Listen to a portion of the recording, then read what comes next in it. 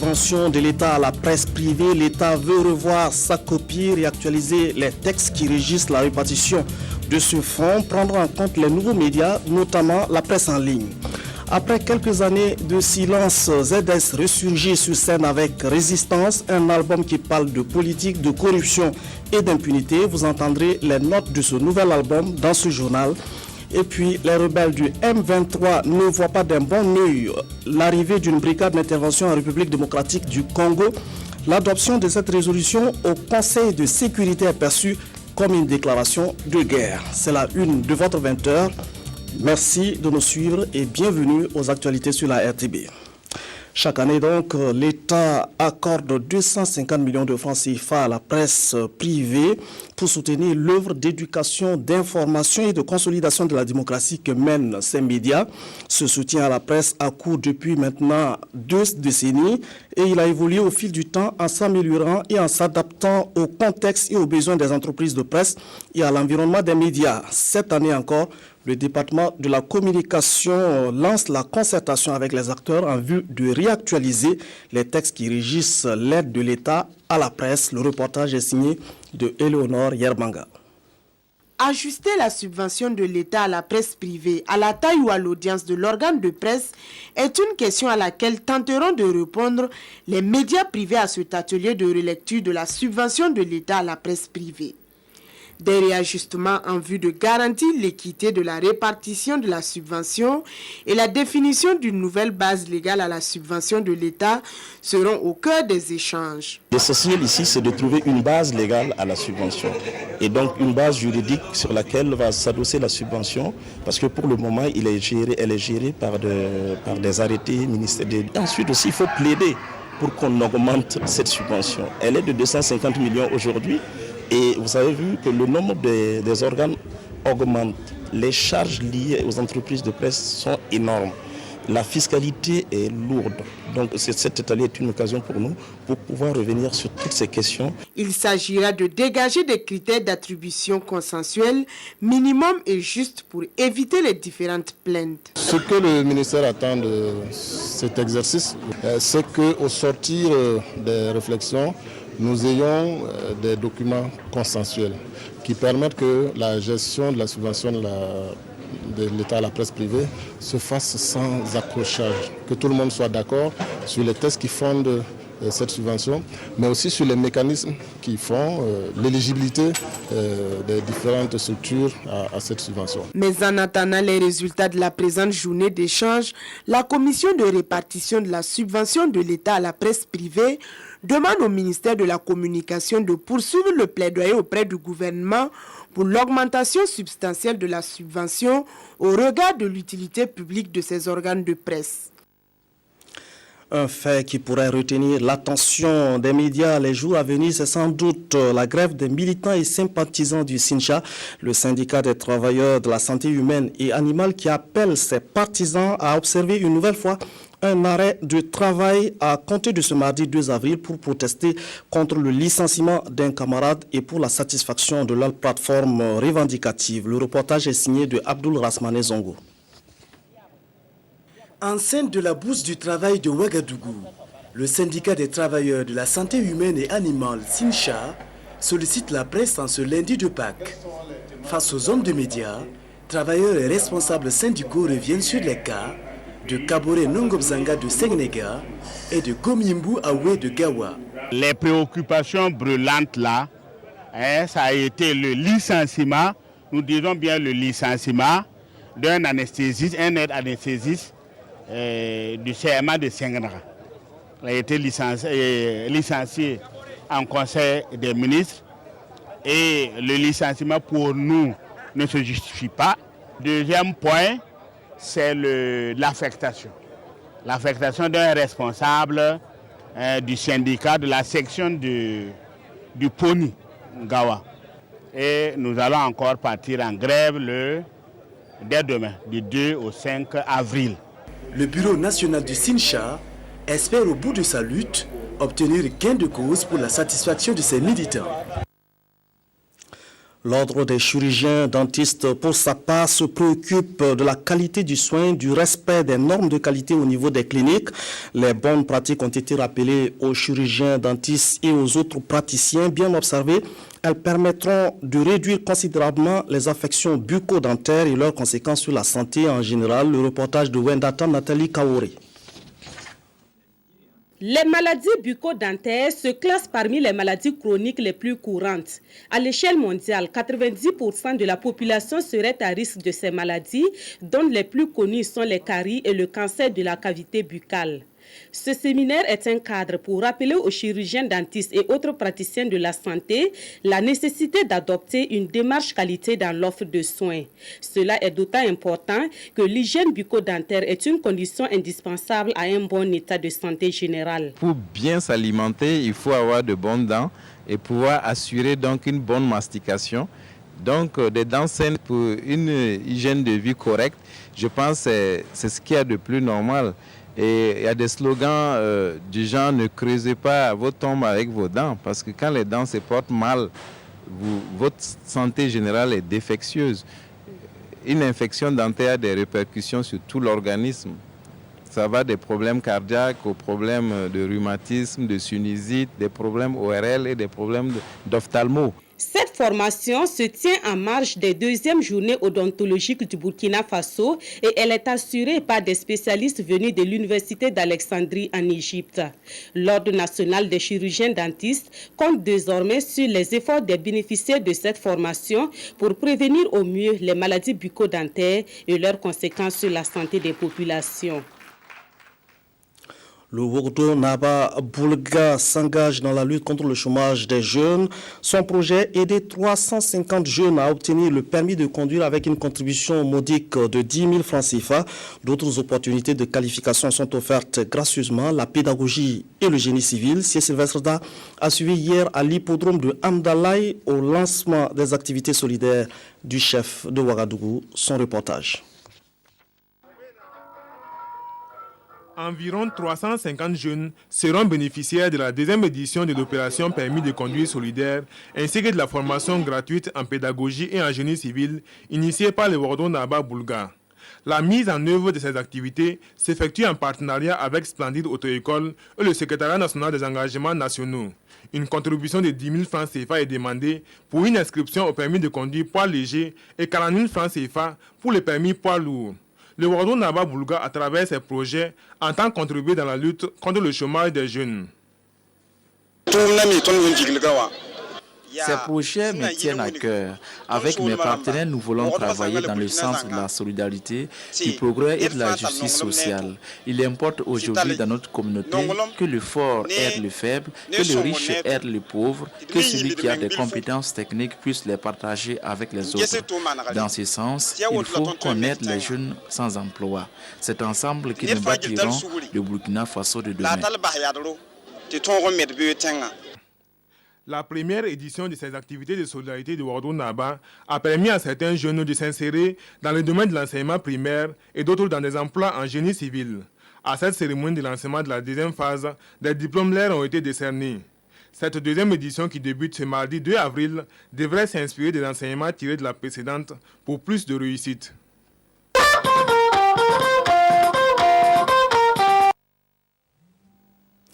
La foire régionale du Nord a refermé ses portes. Le salon de la tomate aussi, dédié aux producteurs du Passoré. La 4e édition a donné une fois de plus aux acteurs de consolider les acquis dans la promotion de la filière. Le salon a été marqué par la présence des acheteurs ghanéens venus à la rencontre des producteurs burkinabés. Le reportage de Drissa Seri.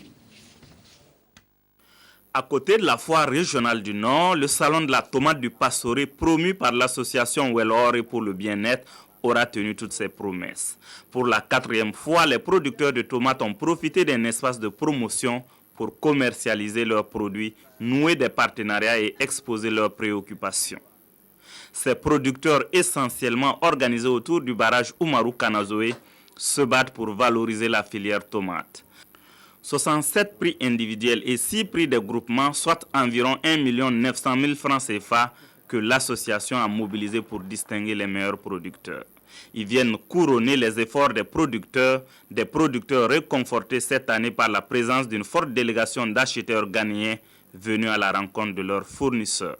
We are here as traders and transporters. Nous sommes ici en tant qu'acheteurs et transporteurs de la tomate du Burkina au Ghana. Et nous sommes là ici également parce que nous rencontrons beaucoup de difficultés en ce qui concerne justement le transport de la tomate. Donc voilà pourquoi notre mission ici ce matin, c'est de rencontrer les producteurs, échanger avec eux quelles sont les difficultés et comment est-ce que nous pouvons résoudre ces problèmes ensemble. Qualité de la semence, escroquerie des intermédiaires, entretien du barrage, absence de comptoir d'achat, les producteurs de tomates ont exposé les difficultés rencontrées dans l'organisation de la filière. Dans le sens, les tomates descendent le prix. Parce qu'il y a des corsaires, quand on fait le prix, comme on n'entend pas l'anglais là, et le corsaire nous trahit, il dit, si c'est 25 000, il dit, le gagnant, que c'est 60 000. Donc, entre nous deux, le corsaire nous vole. C'est à cause de ça. Quand on gagne le comptoir, tout ça va régler. Avec ces menaces qui pèsent aujourd'hui sur la filière tomate, les services techniques sont interpellés pour un accompagnement conséquent. Nous avons choisi d'installer les comptoirs pour les accompagner. Et les comptoirs, ce seront les lieux où les producteurs et les acheteurs vont se rencontrer. Les producteurs ghanéens n'iront plus bord champ. Les producteurs ghanéens auront la latitude de passer par le système bancaire pour transférer l'argent. Malgré toutes ces difficultés, la filière tomate reste une filière porteuse. De 2008 à nos jours, on a enregistré une hausse de la production. Pour la saison 2012-2013, le niveau de la production a atteint 8000 tonnes. Le salon 2013 permet de franchir une nouvelle étape dans la promotion de la filière. Les échanges ont porté fruit parce que les Ghanéens repartent satisfaits et parce que nous avons pu discuter, mais nous avons arrêté quelque chose qui va profiter aux acheteurs et aux producteurs. Donc je suis satisfaite et je crois que c'est l'ensemble des membres de l'association de Wellhore qui se réjouissent aujourd'hui d'avoir pu tenir la 4e édition du Salon de la tomate du Passouré. Honorés par ce 4e salon, les producteurs ont témoigné leur reconnaissance à ceux qui s'impliquent nuit et jour pour faire sortir la filière tomate de l'ornière.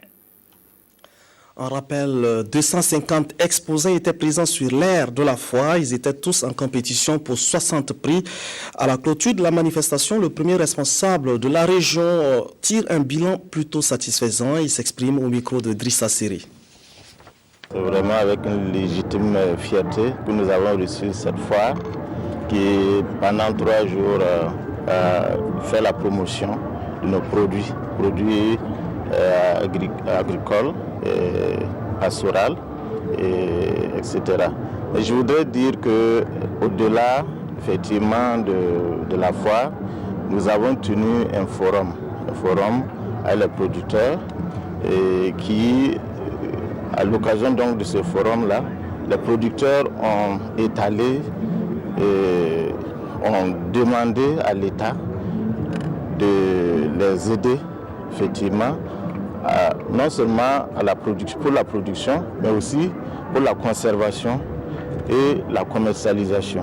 Ce sont des éléments très importants qu'il fallait trouver en termes d'appui au niveau de l'État. Donc, au bout du compte, je crois que la région se tire avec de bonnes affaires, puisqu'il y a eu quand même des acheteurs qui sont venus. Il y a eu des relations d'affaires qui se sont tissées avec non seulement des commerçants nationaux, mais internationaux qui sont venus de pays étrangers. Des producteurs de riz de la région de l'Est émerveillés par des champs de riz de producteurs modèles qui appliquent rigoureusement les paquets technologiques conseillés par la vulgarisation agricole. La scène se passe à Mani dans la Nyanya. Les visiteurs ont pu apprécier les bienfaits des expériences novatrices de fertilisation des sols. Le programme d'appui au développement de l'irrigation mis sur l'approche de l'éducation et la formation par les pairs pour convaincre la multitude à adopter les pratiques qui font véritablement gagner. Le reportage de Tanga Kafando. Il est la vedette du jour Tendano Roger est bien fier de faire visiter sa parcelle école dans le périmètre irrigué de Mani. Il fait partie des producteurs sélectionnés pour expérimenter la méthode de gestion intégrée de la fertilité des sols et des cultures. Il s'agit de proposer des technologies nouvelles aux producteurs et comparer les rendements aux anciennes pratiques. Ici, la différence est bien nette, la parcelle expérimentale est très promoteuse. Lui qui ne croyait pas au conseil des techniciens se résout à reconnaître l'évidence. Au début, je ne croyais pas à cela, mais au fil du temps, avec les techniques qu'on a appliquées, avec les formations qu'on a reçues, cela m'a convaincu, en tout cas, adapter et aller à la direction et les encadrements qu'on me donne. L'expérience menée a permis aux agriculteurs de se rendre compte que l'utilisation tout azimut de l'engrais chimique n'est pas forcément rentable. Ils pensent qu'en utilisant plus d'engrais, ils vont gagner en quantité au niveau du rendement. Alors qu'à ce niveau, on les apprend à utiliser les fumures organiques dont on dispose, les fumures organiques, le fumier dont ils disposent. S'ils utilisent ça, plus maintenant une petite quantité de fumure minérale, cela leur rapporte plus. En faisant visiter ces parcelles expérimentales aux producteurs de la région, les responsables du programme d'appui au développement de l'irrigation espèrent les convaincre de la pertinence des paquets technologiques. À l'échelle d'autres régions, nous allons faire en sorte que, ces genres de démonstrations puissent être implantés, puissent être installés, pour que, de façon globale, les effets de taches d'huile puissent être importants. Ce serait peut-être le point de départ d'une nouvelle dynamique de production agricole. Ce qui est sûr, Roger Tendano et ses camarades du Bas-Fond de Mani ne travaillent plus comme avant. Le Burkina et ses partenaires signent un aide mi-mois pour clore la revue conjointe du programme en eau potable et assainissement. Cette revue a permis donc d'évaluer la mise en œuvre à mi-parcours du PNAEPA, mais également du PAGIR, le cadre national des investissements en matière d'eau et d'assainissement. Les nouveaux engagements qui sont pris à l'issue de cette réunion bilan dans ce reportage de Pélagie Bempanomé Sawadougou. Après 3 jours de réflexion, les acteurs du secteur de l'eau et de l'assainissement et les partenaires techniques et financiers s'accordent sur 10 mesures prioritaires à mettre en œuvre pour répondre aux préoccupations des populations en matière de l'eau et de l'assainissement. C'est ce qui justifie la signature de ce document entre le ministère de l'eau, des aménagements hydrauliques et de l'assainissement et la Banque mondiale. Un acte qui réaffirme l'engagement de la Banque mondiale aux côtés du département de Mamounata Belém dans l'atteinte des objectifs du millénaire pour le développement. Ça nous donne espoir que d'ici 2015, nous allons atteindre la cible visée qui est de 89%. L'année passée, c'était à 83%. Cette année, on est passé à 84%. Donc, on a espoir que nous allons atteindre les 89% là, qui est visé pour l'objectif du millénaire pour le développement. La revue conjointe du Programme national d'approvisionnement en eau potable et d'assainissement PNAEPA et l'Action pour la gestion intégrée des ressources GIR a débuté depuis le 17 janvier dernier. Elle a permis aux acteurs d'évaluer les résultats atteints par les 2 programmes en 2012 et de formuler les recommandations à même de booster le secteur.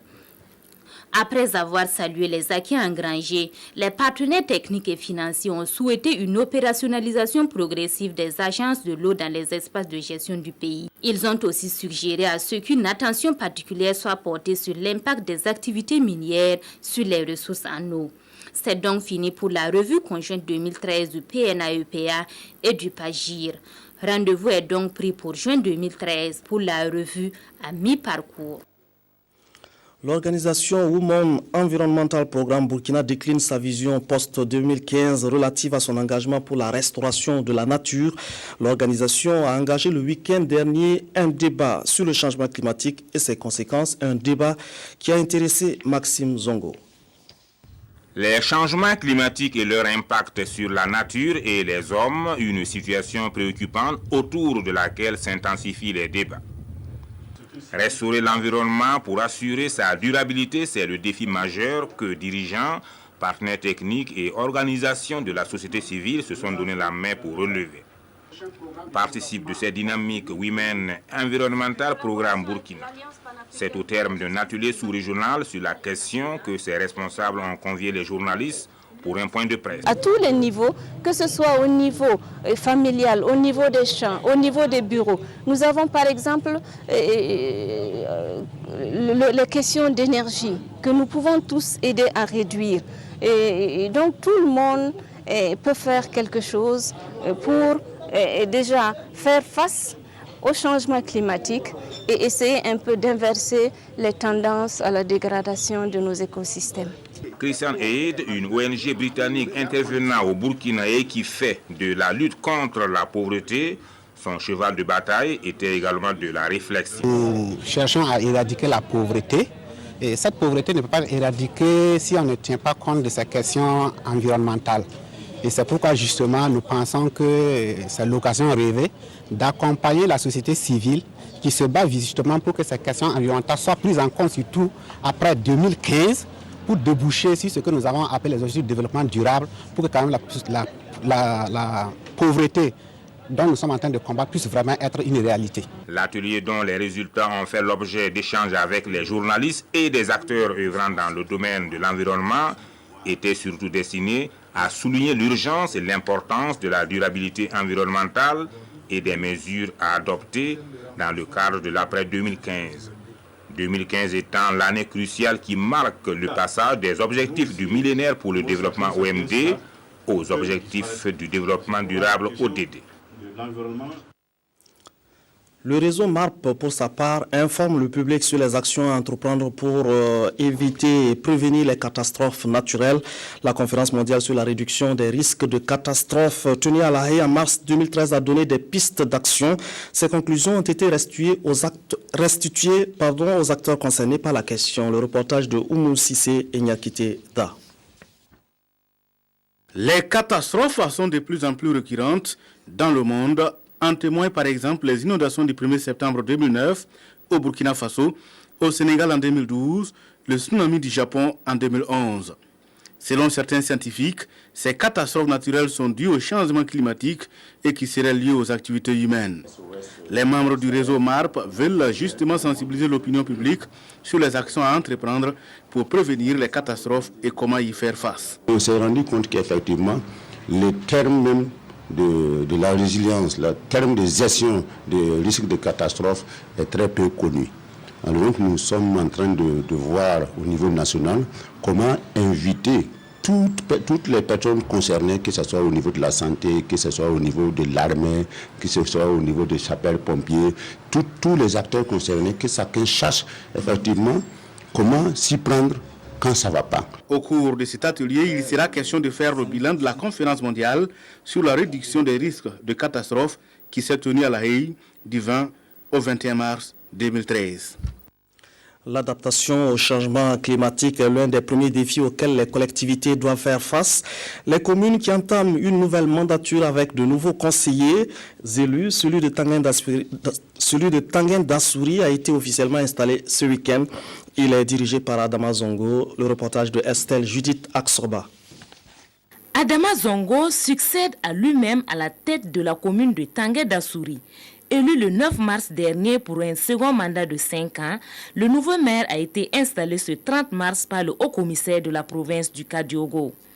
Issu du Congrès pour la démocratie et le progrès CDP, Adama Zongo devra travailler avec 99 conseillers, dont 6 du Faso Autrement, pour achever les chantiers du mandat précédent. Un second quinquennat qu'il place sous les signes de la continuité et de la consolidation des acquis. Nous allons mettre l'accent sur l'éducation, parce que ce sont les bâtisseurs de demain.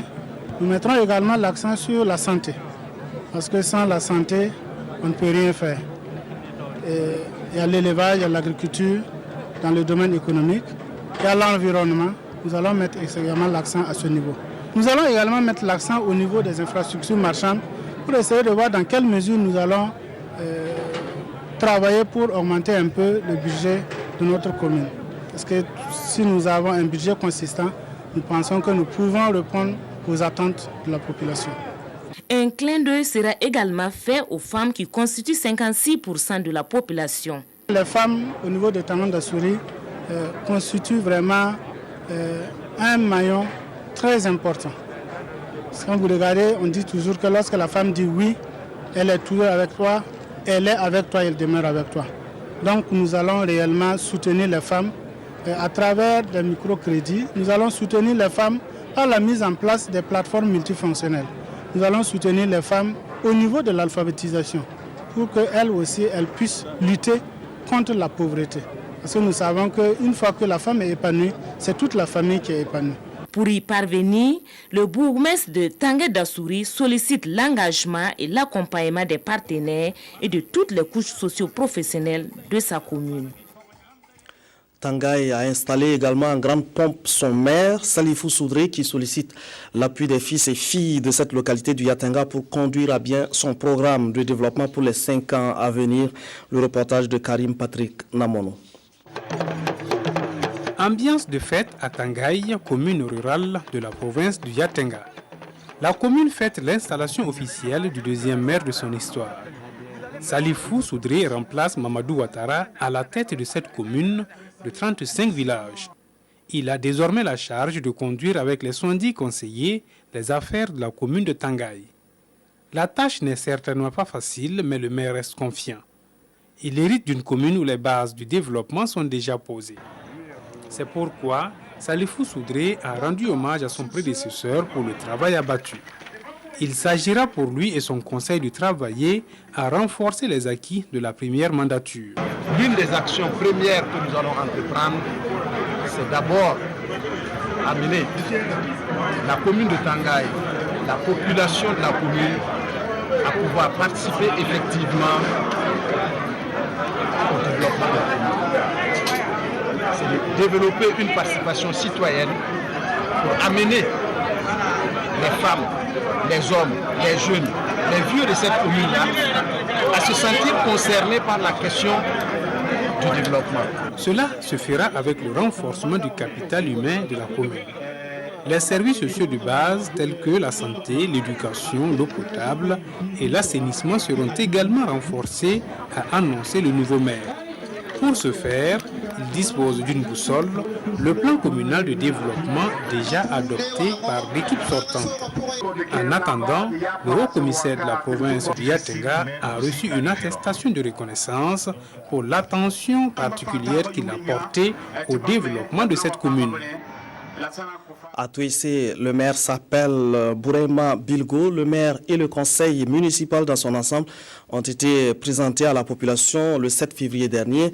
C'était l'occasion de présenter son programme de gouvernance locale pour les 5 ans à venir, un programme axé essentiellement sur la consolidation des acquis du premier mandat du maire de Touissé, C. Sylvestre Da.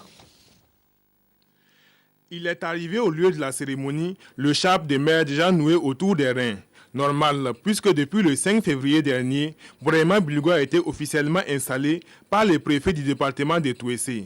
C'est donc une cérémonie pour présenter le nouveau conseil municipal ainsi que le programme de gouvernance locale.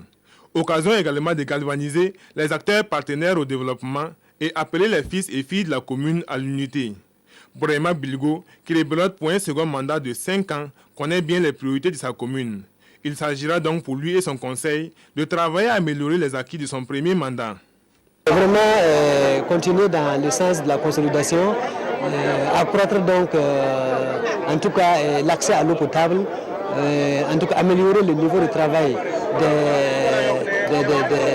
des fonctionnaires dans le domaine de la santé, dans le domaine de l'éducation, et essayer de voir comment il faut promouvoir les activités au profit des jeunes, au profit des femmes, question donc d'assurer une certaine autonomie des populations. Tour à tour, les représentants des coutumiers, des jeunes, des femmes et des ressortissants ont apprécié positivement les actions déjà menées et souhaitent les voir renforcées les 5 années à venir. Le parrain de la cérémonie s'est dit confiant pour l'avenir au regard de ce que le maire a pu réaliser au cours de son premier mandat. Néanmoins, il recommande le renforcement du dialogue. Il y a eu beaucoup de travail qui a été accompli, il y a eu beaucoup d'investissements et nous sommes convaincus que le nouveau conseil municipal, qui est composé en grande majorité d'anciens conseillers de l'ancien conseil, pourrait également travailler à faire avancer les choses. Le parrain a par ailleurs offert un moulin aux femmes de la commune.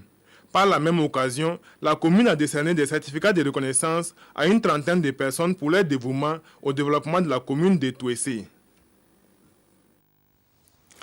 Le 8e congrès du mouvement sunnite a renouvelé sa confiance à El Hadj Adama Nikima pour conduire la confrérie pour les 5 ans qui viennent. Le congrès a donné des orientations pour une plus grande contribution de cette organisation religieuse à un développement socio-économique équilibré du Burkina Faso. Le reportage de Abdelaziz Yagibou. Après 6 ans d'activité, c'est un mouvement sunnite du Burkina qui se frotte les mains à l'heure du bilan.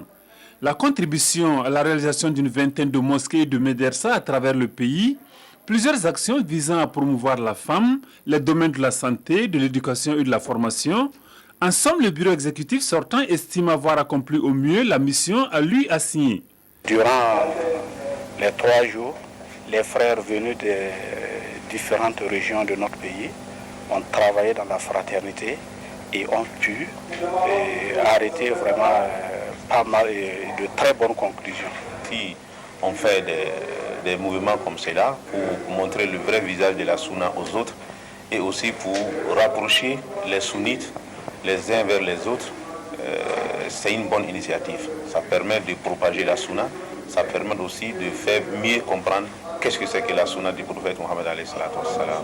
Avec un nouveau bureau d'une centaine de membres dirigé par le président reconduit El Hadj Adama Nikema, le mouvement sunnite du Burkina fait le pari d'aller de l'avant dans sa quête d'un islam au cœur des chantiers de développement du pays. Les priorités du nouveau bureau pour les 5 années à venir, c'est d'abord renforcer les acquis des années antérieures et travailler de sorte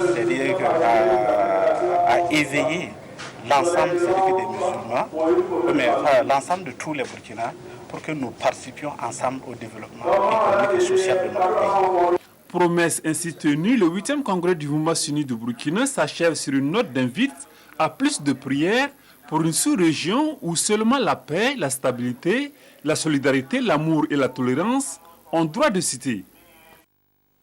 Résistance, c'est le titre du nouvel album de l'artiste musicien burkinabé ZS. C'est un album de 10 titres qui parle de la politique, de la corruption, de l'impunité, de l'injustice, de la violation des droits de l'homme.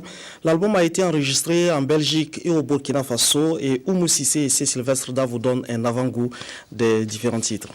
C'est déjà gagné.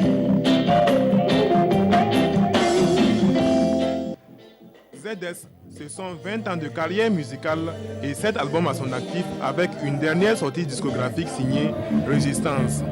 Résistance est un album de 10 titres que le talent de la musique burkinabé a présenté à la presse ce vendredi 20 mars.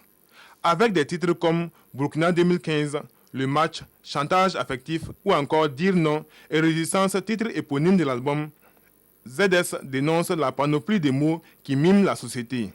Résister à toute forme de violence, Satyagraha, a power of soul, Gandhi, non à l'Empire britannique, pour résister à toute forme d'injustice, pour résister à la corruption, pour résister aux barbus, aux intégristes de toutes sortes. Parce que l'intégrisme, c'est pas seulement chez les musulmans, y compris chez les orthodoxes. C'est de ne pas, en fait, résistance, j'aurais pu dire, ne pas faire semblant. De l'album Il n'y a plus boulot à Résistance, l'artiste musicien burkinabé est resté toujours fidèle à cette thématique, dénoncer tous les travers politiques. Son inspiration, il dit la tirer de grandes figures telles que Nelson Mandela, Gandhi, Martin Luther King et autres. Pour la promotion de Résistance, l'artiste prévoit aller à la rencontre de ses fans à travers une stratégie de communication dite street marketing.